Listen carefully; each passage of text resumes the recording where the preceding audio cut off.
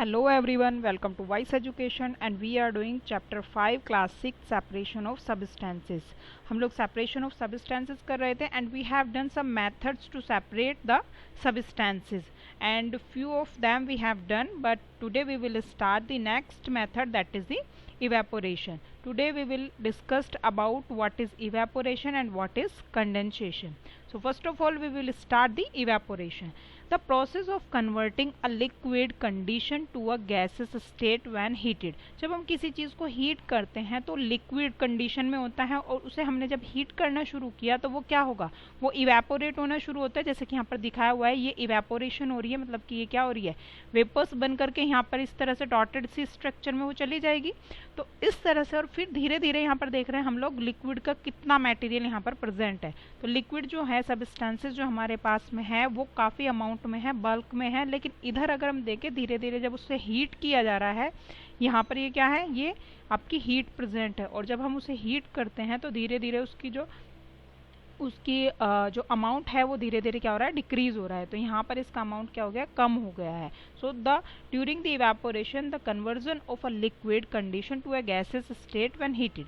जब हम उसे हीट कर रहे हैं तो गैसेस स्टेट में हो रहा है, लेकिन गैसेस स्टेट में होने के साथ साथ प्लस पॉइंट क्या हो रहा है इसके साथ में, इसके साथ जो लिक्विड है वो डिक्रीज हो रहा है. ठीक है, you can see here in this figure. Next जो है, the same method is use to obtain the salt from the sea. This process is often used to separate salt from salt water or salty sea water. Sea water has a number of salts. Sea water के अंदर क्या होता है, काफ़ी amount में salt present रहता है. And for the formation of this salt we first of all prepare the shallow pits. सबसे पहले शैलो पिट्स प्रिपेयर की जाती है. शैलो पिट्स क्या होती है, एक्चुअली ये छोटे छोटा सा पोंड वाला एरिया प्रेजेंट रहता है. इस तरह से पोंड का एरिया होता है जिसके अंदर हम क्या करते हैं, सी वाटर इसके अंदर फिल कर दिया जाता है.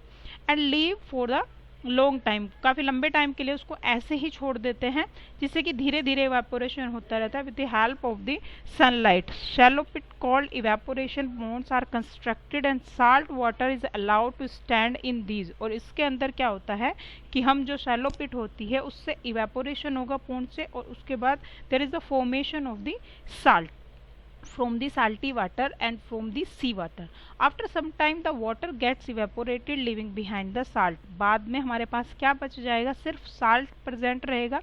But with the salt there are many impurities also placed. बहुत सारी इम्प्योरिटीज़ भी उसके साथ में प्रेजेंट होगी. तो कॉमन साल्ट जो रहता है, जो हम बनाते हैं इस तरह से, तो उसके बाद उसको क्या किया जाएगा, प्यूरिफिकेशन के लिए फर्दर उसे इंडस्ट्रीज़ में सप्लाई किया जाता है जिससे कि वो अच्छे से प्यूरिफाई हो जाए और हमारे एडेबल हो जाए. वो मतलब हम लोग उसको खा सकें, हमारे लिए कुछ इम्प्योरिटीज़ उसके अंदर नहीं प्रेजेंट रहे, क्योंकि हम लोग अगर इम्प्योर फॉर्म में खाएंगे तो डेफिनेटली हमारे अंदर डिजीज़ कोज हो जाएगी. तो इसलिए हमें प्यूरिफिकेशन करना ज़रूरी होता है. और प्यूरिफिकेशन के बाद ही उसका क्या होता है, क्रिस्टलाइजेशन होता है, यानी कि क्रिस्टल की फॉर्म में वो हमें जो साल्ट होता है वो मिल जाता है. ठीक है, तो after purification we can eat it. Next जो टॉपिक है that is the condensation. Condensation क्या होता है, the process of conversion of water vapours. अभी हमने देखा था कि क्या था, इवेपोरेशन था आपका, the process of converting a liquid condition या the liquid to a gaseous state. उस गैसियस स्टेट में कन्वर्ट करने का प्रोसेस था evaporation. It is the opposite of the evaporation. Condensation क्या होता है, it's just reverse of the evaporation. उसके अंदर हम लोग क्या कर रहे थे, हम लोग वाटर से या लिक्विड फॉर्म से क्या बना रहे थे, वेपर्स बना रहे थे. लेकिन in this condition during the condensation we form the liquid from its vapours condition, यानी कि उसके गैसेस स्टेट से कन्वर्ट करके किस में ला रहे हैं हम लोग ला रहे हैं लिक्विड फॉर्म में, जिसको कि हम लोग बोलते हैं condensation.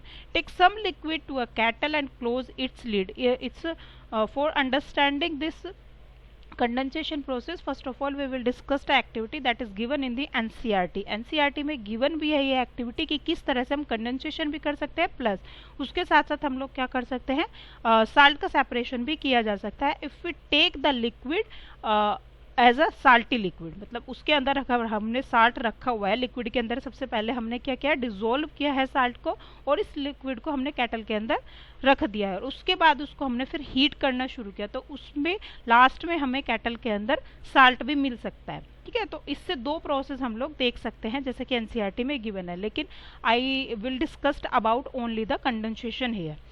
Take some liquid to a kettle and close its lid. हमने सबसे पहले क्या किया है, एक केटल ली है और उसको अच्छे से क्लोज कर दिया है। Heat the kettle for some time, यहाँ पर इस फिगर में हम लोग देख सकते हैं ये केटल हमने ली हुई है, इसको क्या किया, इसको लिड से क्या कर दिया, कवर कर दिया, और उसके बाद हमने इसको हीट करना शुरू किया। नेक्स्ट जो है heat for some time, we can see steam comes out from the spout of the kettle. Take a metal plate with some ice on it, here there is the vapours is appears here. ये जो दिखाई दे रही है आपको यहाँ पर क्या है, ये आपको दिखाई दे रही है, ये वेपर्स जो है ये वेपर्स की फॉर्म में यहाँ से रिलीज हो रही है इसके स्पाउट वाले पोर्शन से। केटल का जो ये पोर्शन होता है इसको स्पाउट बोलते हैं, इससे हीट रिलीज हो रही है। और हीट ये क्या ले ली हमने, यहाँ पर हमने एक मेटल की प्लेट ली है और इस मेटल की प्लेट के ऊपर हमने रखी हुई है ice, right. So you can see here, take a metal plate with some ice on it, hold the plate just above the spout of the kettle as shown in figure, जैसे कि figure में दिखाया हुआ है। और उसके बाद फिर क्या करते हैं, when the steam comes in contact with the metal plate cooled with ice, अब जो स्टीम आ रही है वो कैसी है, स्टीम ऑब्वियसली कब अपीयर होती है, जब टेम्परेचर काफ़ी ज़्यादा होता है, और स्टीम जब अपीयर होगी तो वो किसकी यहाँ पर साइड में आ रही है, ये मेटल के अंदर आइस है, यानी कि यहाँ पर वो कैसी हो जाएगी, यहाँ पर चिल्ड हो जाएगी, और चिल्ड होने से क्या हो जाएगी, कंडेंस हो जाएगी, means it converted into the liquid form. यहाँ पर ये लिक्विड में कन्वर्ट हो जाएगी। It condenses and forms liquid water, और यहाँ पर क्या बना देगी, ये लिक्विड वाटर बना देगी। The water drops that you can observe falling from the plate were due to the condensation of steam. किसकी वजह से हो रहा है, ये कंडेंसेशन की वजह से हो रहा है, स्टीम के कंडेंसेशन की वजह से। स्टीम कब बनती है, जब बहुत ज़्यादा हीट प्रोड्यूस होती है, और जैसे ही वो ठंडी होती है आइस के पास में आने पर यहाँ पर वो क्या हुआ, जो वेपर्स थी वो कन्वर्ट होकर के फिर इसके अंदर लिक्विड फॉर्म में हम लोग देख सकते हैं कि यहाँ पर क्या हो रहा है, ये लिक्विड फॉर्म में यहाँ पर कन्वर्ट होकर बीकर के अंदर हमने उसको कलेक्ट कर लिया, ठीक है। तो this is the condensation. Now the next topic is about the solubility, कि किस तरह से सोल्यूबिलिटी होती है, कितना हम चीज़ें डिसॉल्व कर सकते हैं, कितनी नहीं, और जब चीज़ें डिसॉल्व होनी बंद हो जाती है तब हम उस सॉल्यूशन को क्या बोलते हैं। First of all the what is the solution. Solution is consist of a liquid portion and the solvent is the we dissolve in it a solid portion, or you can say other liquid। कोई भी चीज़ जो हम लेते हैं liquid form में ले रहे हैं, मोस्टली हम लोग वाटर को यूज़ करते हैं, तो वाटर क्या है, एक सॉल्यूशन है, आपका सॉल्वेंट है, ठीक है। और सॉल्वेंट के अंदर हम क्या डाल रहे हैं, सोल्यूट डाल रहे हैं, ओके। तो सोल्यूट जो हम डालते हैं, सॉरी शायद मैंने पहले गलत बोला था, तो आप एक बार ध्यान रखना कि जो हम ले रहे हैं यानी कि जो लिक्विड पोर्शन लेते हैं उसको बोलते हैं हम लोग सोलवेंट, और जो उसके अंदर सॉलिड पोर्शन डालते हैं, जैसे कि ये हम इसके अंदर डाल रहे हैं, सपोज करो ये शुगर के क्रिस्टल हैं या फिर आपके साल्ट के क्रिस्टल्स भी हो सकते हैं, तो ये जो लिक्विड पोर्शन इसके अंदर प्रेजेंट है, यानी कि जो ये वाटर हमने लिया हुआ है ये आपका क्या हो गया, सोलवेंट, और ये जो लिया है ये क्या हो गया, सोल्यूट हो गया, ठीक है। तो सोलवेंट और सोल्यूट जब दोनों मिक्स हो जाएंगे तो फिर हमें क्या मिलेगा, यहाँ पर मिल जाएगा हमें सोल्यूशन, ठीक है। तो सॉल्यूशन जो होता है, जब हम किसी चीज़ को डिसॉल्व कर देते हैं वाटर के अंदर या किसी चीज़ के अंदर, तो हमें उसका क्या मिल जाता है, सॉल्यूशन मिल जाता है।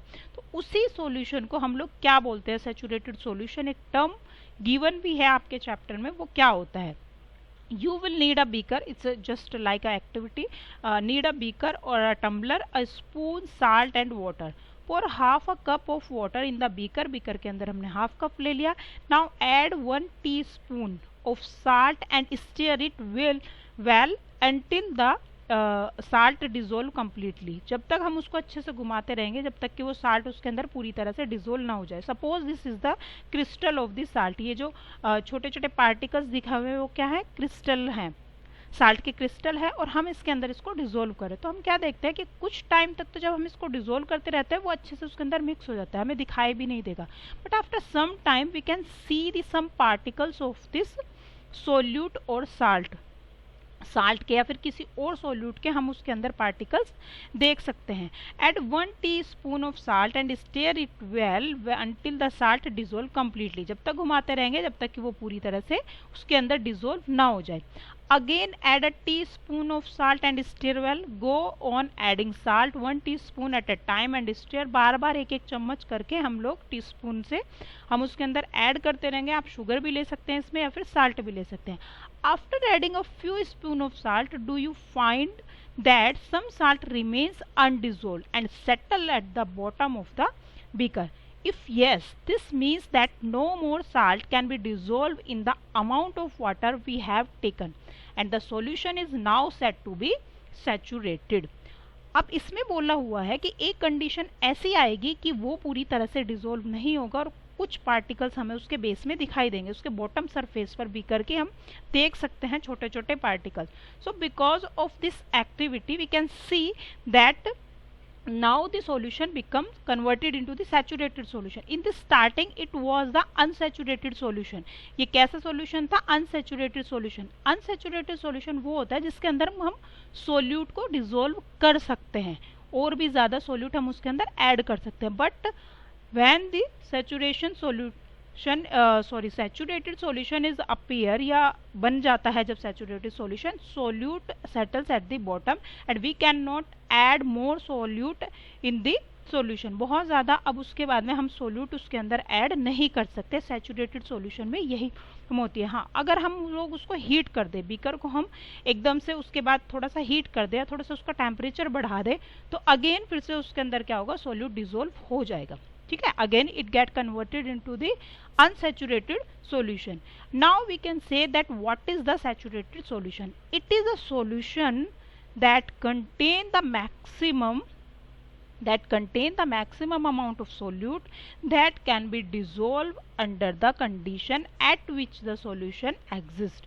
किसी भी ऐसी कंडीशन में जिसमें सॉल्यूशन एग्जिस्ट कर सकता है, उसके अंदर उसकी मैक्सिमम अमाउंट सोल्यूट की कितनी हो सकती है या कितना अमाउंट उसके अंदर डिसॉल्व किया जा सकता है, वही क्या होता है? वही होता है आपका सैचुरेटेड सॉल्यूशन. ठीक है, यानी कि जिसके अंदर आप लोग no more solute can be dissolve, ज़्यादा और सोल्यूट उससे ज़्यादा हम लोग उसके अंदर ना डिसॉल्व कर सके, वही आपका होता है saturated solution. So we have done the today condensation and evaporation. I hope आपको अच्छे से समझ आया होगा और अगर नहीं आया तो आप एक बार फिर से वीडियो देख सकते हैं, तो आपको और चीज़ें क्लियर हो जाएगी.